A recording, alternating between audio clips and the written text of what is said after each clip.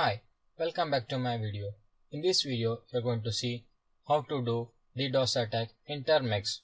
Before that, I'm going to explain you what is DDoS attack.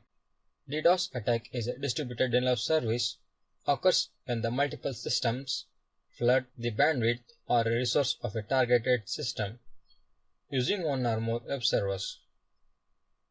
Such an attack is often the result of multiple compressed systems. So once the site is down, the attackers demands for the money in exchange for stopping the attacks. Now I'm going to click on my Termux. I'm going to update the packages by typing apt update and next typing git clone. To do DDoS attack, now I'm going to the GitHub link. So here is the hammer. Hammer is a Python file which is used for DDoS attack. I'm going to just copy the link. Now coming back to my Termux, pasting the link here, then pressing enter. Now the hammer gets downloaded and next typing ls. So here is the hammer folder. Next I'm going to enter in the hammer folder by typing cd hammer, then pressing enter and next typing ls command. Now here you can see the hammer.py file.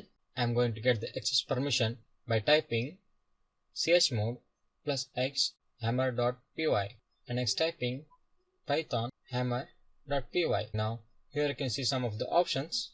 H for help, S the server IP address, P that is default port 80, T turbo default 135. So now I'm going to show you how to do DDoS attack on the websites. And next I'm typing python hammer.py, S for server IP address and next entering the website URL that is www.sackhacken.com. Now I'm going to use multi-screen in my phone. Here I'm going to open up my website.